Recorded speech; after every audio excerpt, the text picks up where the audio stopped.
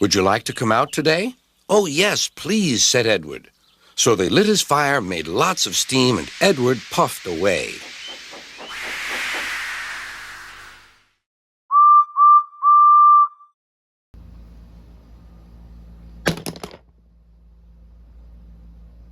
Hello everybody, welcome back to a normal episode of Ed's Engineering Endeavors.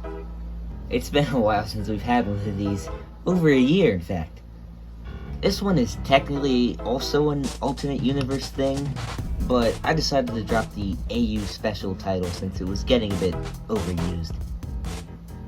Oh, and by the way, I decided to bring back an old friend.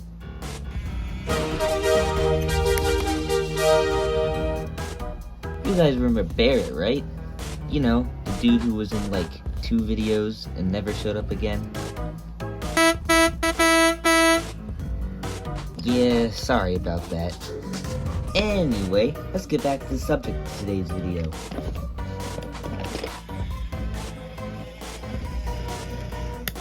Ta-da! Lady! I first designed Lady almost exactly a year ago. I somehow still have the original drawing. If you didn't notice, I call her Lucy, because, let's be honest, Lady is a dumb and generic name. I only put it in the title of this video in hopes that more people would click on it. Though, in the universe, I like to imagine that there's a rumor online that she was nicknamed Lady due to being the only female engine on her railway. This is false, because Flora exists. She's the engine I was referring to when I said the coffee pots didn't run to Ulfstead. If you couldn't tell, she worked in the TK&E.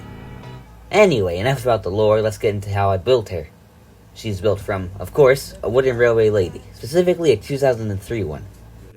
The first thing I did was change the smoke box, as her old one just wasn't going to cut it. Anyway, I would need to give her those steam pipes eventually. Her old smoke box does look pretty convincing on a Percy body though. The saddle actually looks like it goes over top of the boiler. Second order of business was to make her new tanks, because for some reason the ones on the default model are extremely thin.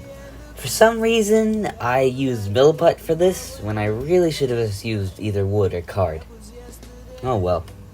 I then cut down the front and back of her smoke box to make it thinner, otherwise her face would have stuck out way too much. Shh, nobody needs to know. I also added the seam pipes on the sides. One of the last things I did in terms of shaping was add this little bit onto the side of the cab roof to make it flush with the side of the cab. It was then off to be painted. This time I used a matte paint instead of gloss, as it was the only light red I could find at Lowe's. It's not that noticeable, but I thought it was worth mentioning. She's got a very simple livery, literally just red, so painting wasn't too hard. I just had to paint the cab sides, roof, bunker, which I made out of card, and dome. Oh, and the running board, but you can't really see it that well.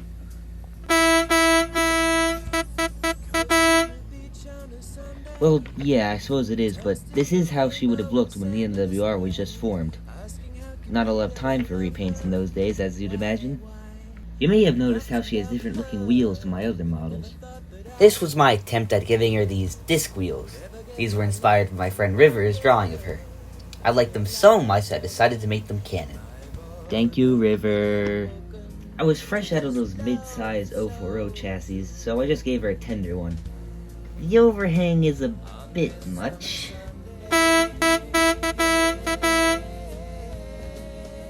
Perhaps someday I'll extend the Magnus forward.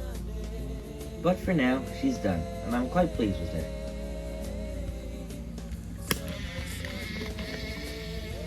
Well, that's all I've got to say today. I hope you like this new video style. Well, it's sort of new and sort of isn't. I don't know. It's a revival, I guess. I recently finished a few more customs, so I'll try and get videos of those out soon. Or whenever I feel like it. Until then, EdwardsDayOut, signing off.